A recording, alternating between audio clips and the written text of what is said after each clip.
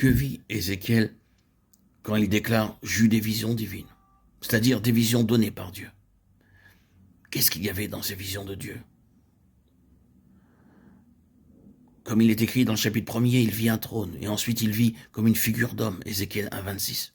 Sur le trône au-dessus, il vit aussi une double représentation symbolique de l'administration de ce trône, les chérubins et les roues. Après cela, comme nous savons, il vit une maison, la maison, et il lui fait ordonner de la montrer au peuple d'Israël, 41,10. Il vit la maison dans la gloire future. Il vit le fleuve venant de dessous le seuil, encerclant l'autel, passant par le parvis et descendant au loin vers le bas en s'élargissant et en s'approfondissant, faisant tout vivre sur son passage.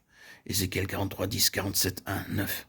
Ensuite, il vit le pays et l'héritage à posséder, 47, 13, 48, 29.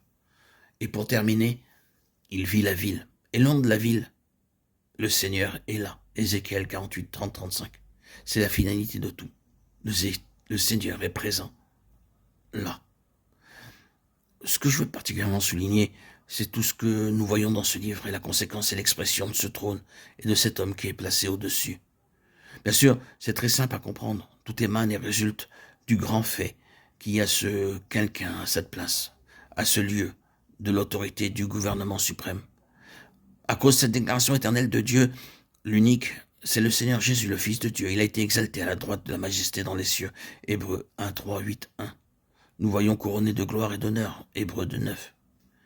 Dieu l'a fait asseoir à sa droite dans les lieux célestes au-dessus de toute principauté, autorité, puissance et domination, et de tout nom qui se nomme Éphésiens 1, 20, 21. Tout procède de là.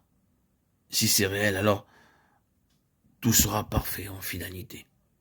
Maintenant, tout cela peut nous paraître bien lointain, n'est-ce pas? Nous avons parlé des circonstances dans lesquelles Ézéchiel vivait et accomplissait son ministère, la période, le lieu et l'état des choses. Oui, il était dans une situation très difficile.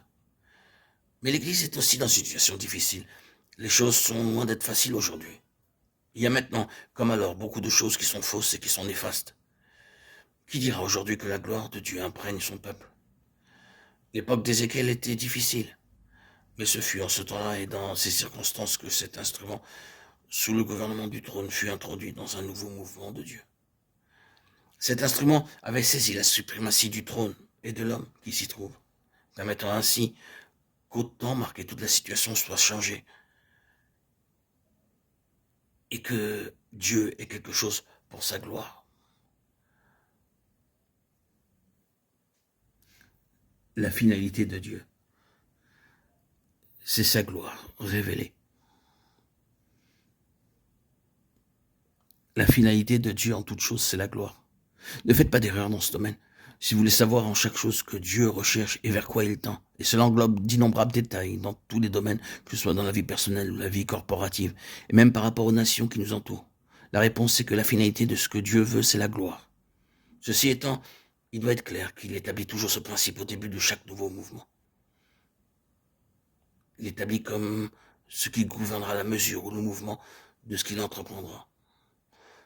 Tout est gouverné par cette finalité et conduira à chaque nouveau commencement. Nous le voyons par de nombreux exemples comme Abraham, Moïse, David, Salomon et bien sûr Ézéchiel.